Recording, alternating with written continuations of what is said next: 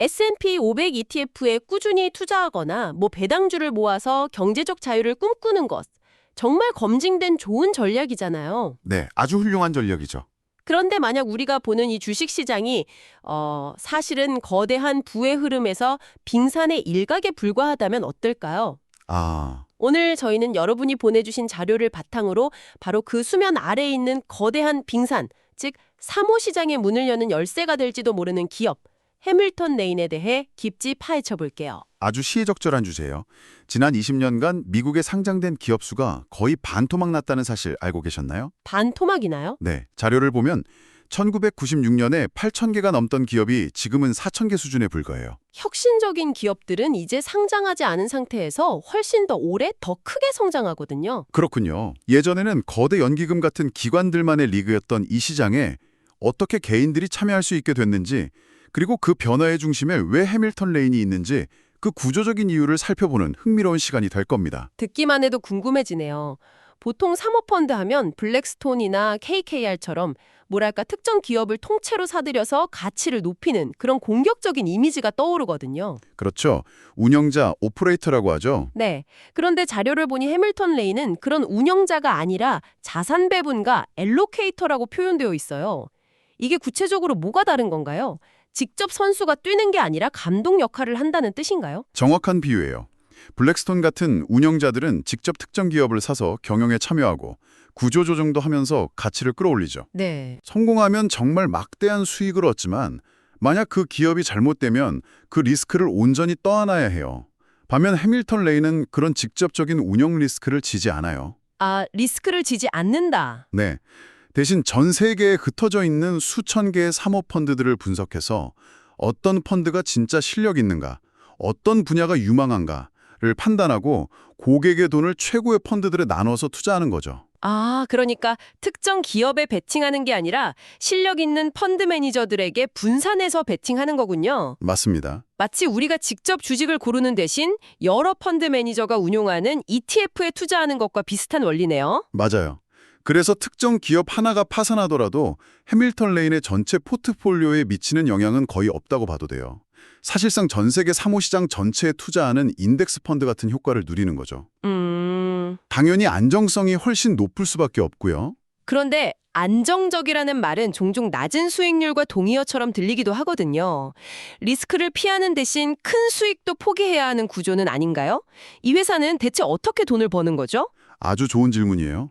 바로 그 지점에서 해밀턴 레인의 비즈니스 모델이 빛을 발하는데요. 수익 구조는 크게 두 가지로 나뉘어요. 두 가지요? 네.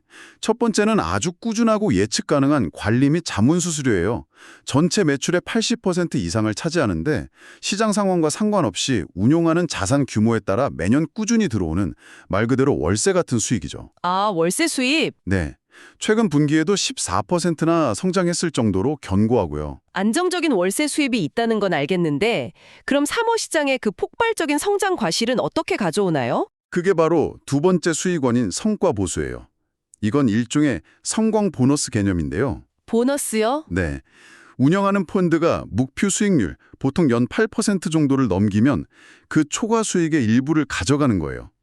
당연히 변동성은 크지만 시장이 좋을 때는 정말 폭발적인 이익을 가져다 주죠. 아, 안정적인 기본급에 강력한 인센티브가 더해진 구조라고 보시면 돼요. 관리 수수료가 특히 인상 깊네요. 한번 고객이 되면 계속 돈을 맡길 수밖에 없는 뭔가 특별한 장치가 있는 건가요? 네, 그게 바로 끈끈함 락인 효과예요.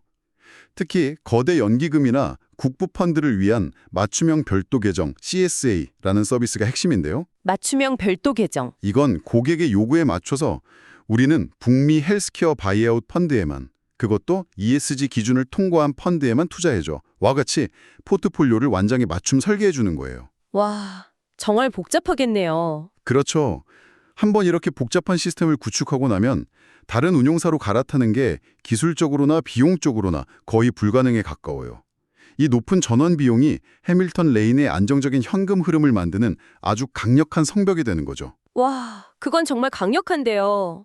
그런데 이런 기관들만 상대해서는 성장에 한계가 있지 않을까요? 맞아요. 여기서 해밀턴 레인의 진짜 이야기가 시작되는 것 같아요.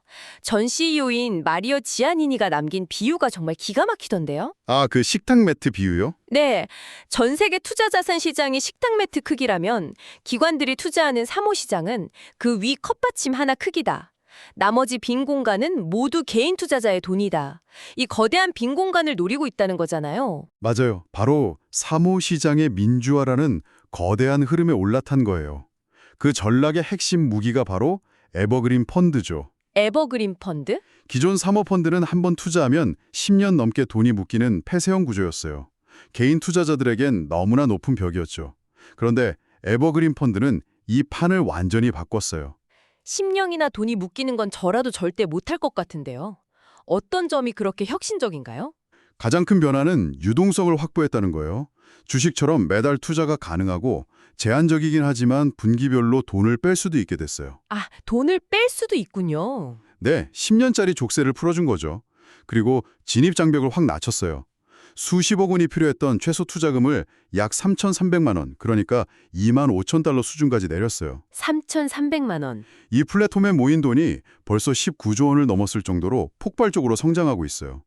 기관들의 집사 역할에서 대중의 자산 관리자로 변신하고 있는 거예요. 3,300만 원도 사실 적은 돈은 아닌데 그런데 여기서 한 걸음 더 나아간 게 정말 충격적이었어요. 토크나 말씀이시죠? 네, 핀테크 플랫폼 리퍼블릭과 손잡고 인프라 펀드를 토큰화했다는 내용이요. 이걸로 최소 투자 금액이 단돈 500달러. 우리 돈으로 약 65만 원으로 떨어졌다고요. 네, 500달러. 500달러라니. 저도 당장 스마트폰으로 공항 지분이나 데이터 센터에 투자할 수 있다는 거잖아요. 이건 그냥 투자 문턱을 낮추는 수준이 아니라 자산의 개념 자체를 바꾸는 것처럼 들리는데요. 정확히 보셨어요. 과거에는 상상도 할 수 없는 일이죠. 이건 단순히 투자 금액을 낮춘 것 이상의 의미가 있어요. 비유동 자산의 대명사였던 도로, 항산, 발전소 같은 인프라 자산을 잘게 쪼개서 언제든 거래 가능한 디지털 자산으로 만들었다는 점에서 금융시장의 패러다임을 바꾸는 시도라고 볼 수 있어요. 알겠습니다. 그런데 이렇게 좋은 시장이라면 당연히 경쟁도 치열할 텐데요. 워런 버핏은 경쟁사로부터 기업을 지켜주는 경제적 해자가 중요하다고 했잖아요. 그렇죠. 해밀턴 레인의 해자는 대체 뭔가요? 자료에서는 데이터라고 명시적으로 이야기하고 있어요. 사모시장은 정보가 거의 공개되지 않은 깜깜이 시장이라는 점을 기억해야 해요. 우리가 구글에 검색한다고 해서 비상장 스타트업의 진짜 실적이나 가치를 알 수 없죠. 맞아요. 바로 이 정보 비대칭성이 해밀턴 레인의 가장 강력한 무기예요. 지난 30년간 1,000조 원이 넘는 자산을 굴리면서 다른 누구도 가질 수 없는 방대한 양의 데이터를 축적했어요. 잠깐만요. 데이터가 해자라는 말은 요즘 너무 흔하게 쓰이잖아요. 모든 빅테크 기업들이 하는 말이죠. 해밀턴 레인의 데이터가 구체적으로 뭐가 다르길래 경쟁사가 돈으로도 따라잡을 수 없는 성벽이 된다는 건가요? 아주 날카로운 지적이에요. 데이터의 양도 중요하지만 더 중요한 건 그 데이터를 어떻게 가공하고 활용하느냐죠. 해밀턴 레인은 이걸 위해 두 가지 자체 개발한 비밀 무기를 가지고 있어요. 비밀 무기요? 네. 첫 번째는 코발트. 코발트라는 분석 플랫폼이에요.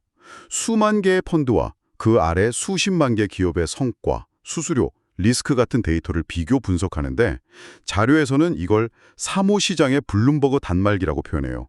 아주 적절한 비유죠. 블룸버그 단말기라니 대단하네요. 그럼 두 번째 무기는 뭔가요? 두 번째는 다프네라는 도구인데요. 이건 데이터 수집 과정을 자동화하는 AI 도구예요. 아, AI? 네. 전 세계 펀드 운용사들이 제각각 다른 양식으로 보내는 보고서를 다프네가 자동으로 인식해서 표준화된 데이터로 변환해 코발트에 입력해줘요. 사람 손으로 했다면 몇 주 걸릴 일을 몇 시간 만에 훨씬 정확하게 처리하는 거죠. 와, 정보가 힘인 시장에서 가장 많은 정보를 가장 빠르고 정확하게 분석할 수 있는 시스템을 가진 셈이에요. 그 강력한 데이터 해자가 결국 플라이휠을 만든다는 말씀이시군요. 그런 독점적인 지위가 실제 재무제표에서는 어떻게 나타나는지, 그 숫자들이 정말로 좋은 주식이라고 말해주고 있는지 궁금해지네요. 네, 그 플라이휠 효과가 숫자로 명확하게 드러나요. 우선 수익성이 정말 놀라워요. 공장이나 설비 같은 유형 자산이 거의 필요 없는 사업이라 영업이익률이 40에서 50%에 달해요. 40에서 50%요? 네, 이건 거의 최상급 소프트웨어 기업 수준의 마진율이죠.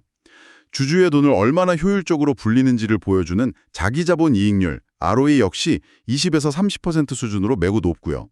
현금 흐름이 워낙 좋아서 빚을 많이 낼 필요도 없이 성장이 가능하다는 의미예요. 투자자 입장에서 가장 중요한 주주 환원 정책도 빼놓을 수 없죠. 물론이죠. 8년 연속 배당금을 인상했고 연평균 성장률이 10%가 넘어요. 이건 단순히 배당을 주는 게 아니라 성장하는 배당을 지급하고 있다는 뜻인데 인플레이션을 이기려면 바로 이런 게 필요하거든요. 맞습니다. 배당 성향도 약 55% 수준으로 주주에게 돌려줄 만큼 돌려주면서도 미래 성장을 위한 재투자도 소홀히 하지 않는 아주 균형 잡힌 모습이에요. 물론 좋은 이야기만 할 수는 없겠죠. 리스크도 반드시 확인해야 해요. 네, 자료에서 언급된 3가지 주요 리스크가 있어요. 첫 번째는 분모 효과라는 건데요. 말이 좀 어렵죠? 네, 그게 뭔가요? 예를 들어 설명해 주실 수 있나요? 그럼요. 가령 연기금이 주식의 60%, 사모자산의 40%를 투자하기로 목표를 정했다고 해보죠. 네. 그런데 주식시장이 폭락해서 주식 가치가 반토막이 났어요. 그러면 전체 포트폴리오에서 주식, 즉 분모의 가치가 확 줄어들겠죠. 그럼 가만히 있던 사모자산의 비중이 상대적으로 50%, 60%로 커져 보이게 돼요. 이 경우 연기금은 포트폴리오 비중을 다시 맞추기 위해 사모자산에 대한 신규 투자를 일시적으로 멈출 수 있어요. 그러니까 해밀턴 레인이 운용을 잘못한 게 전혀 없는데도 주식시장 같은 외부 요인 때문에 신규 자금 유입이 막힐 수 있다는 거군요. 바로 그거죠. 좀 억울할 수도 있는 상황이죠. 그렇네요. 두 번째 리스크는 뭔가요? 규제 리스크예요. 최근 미국 증권거래위원회 SEC 같은 당국이 깜깜이 시장이었던 사모펀드의 투명성을 강화하려는 움직임을 보이고 있어요. 투명성이요. 네, 수수료를 더 상세하게 공개하라거나 개인 투자자 보호 장치를 강화하라는 식의 규제가 도입될 경우 해밀턴 레인의 마진에 어느 정도 압박이 될 수 있죠. 마지막은 역시 경쟁이겠네요. 이렇게 돈이 되는 시장을 다른 회사들이 가만히 보고만 있진 않을 테니까요. 맞아요. 경쟁 심화가 3번째 리스크예요. 이 사모 시장의 민주화라는 거대한 기회를 해밀턴 레인만 보고 있는 건 아니에요. 업계 1위인 블랙스톤을 포함한 모든 거대 자산 운용사들이 개인 투자자 시장에 사활을 걸고 뛰어들고 있어요. 할 수 있을지가 앞으로의 중요한 관전 포인트가 될 거예요. 자, 오늘 정말 흥미로운 여정이었네요. 결국 오늘 살펴본 해밀턴 레인은 단순히 하나의 금융주라기보다 투자의 미래를 파는 기업이라고도 볼 수 있겠어요. 네, 그렇죠. 지금까지는 완전히 분리되어 있던 공개시장과 사모시장의 벽을 허물고 그 위에서 데이터라는 무기로 토행료를 받는 일종의 새로운 금융 인프라를 구축하고 있는 셈이니까요. 맞아요. 오늘 우리는 해밀턴 레인이 어떻게 개인에게 사모시장의 문을 열어주고 있는지 그 구체적인 방법을 살펴봤어요. 여기서 여러분이 한 번쯤 생각해 보셨으면 하는 질문을 던지며 마무리할게요. 네. 이처럼 토큰화 같은 기술로 공개시장과 사모시장의 경계가 점점 허물어지고 있어요. 그렇다면 다음 세대 투자자들에게 잘 분산된 포트폴리오란 과연 무엇을 의미하게 될까요? 여러분의 포트폴리오에 주식, 채권과 더불어 유망한 스타트업의 지분, 고속도로 통행료 수익, 풍력발전소의 일부가 아무렇지 않게 담기는 미래가 온다면 우리는 지금 무엇을 준비해야 할까요?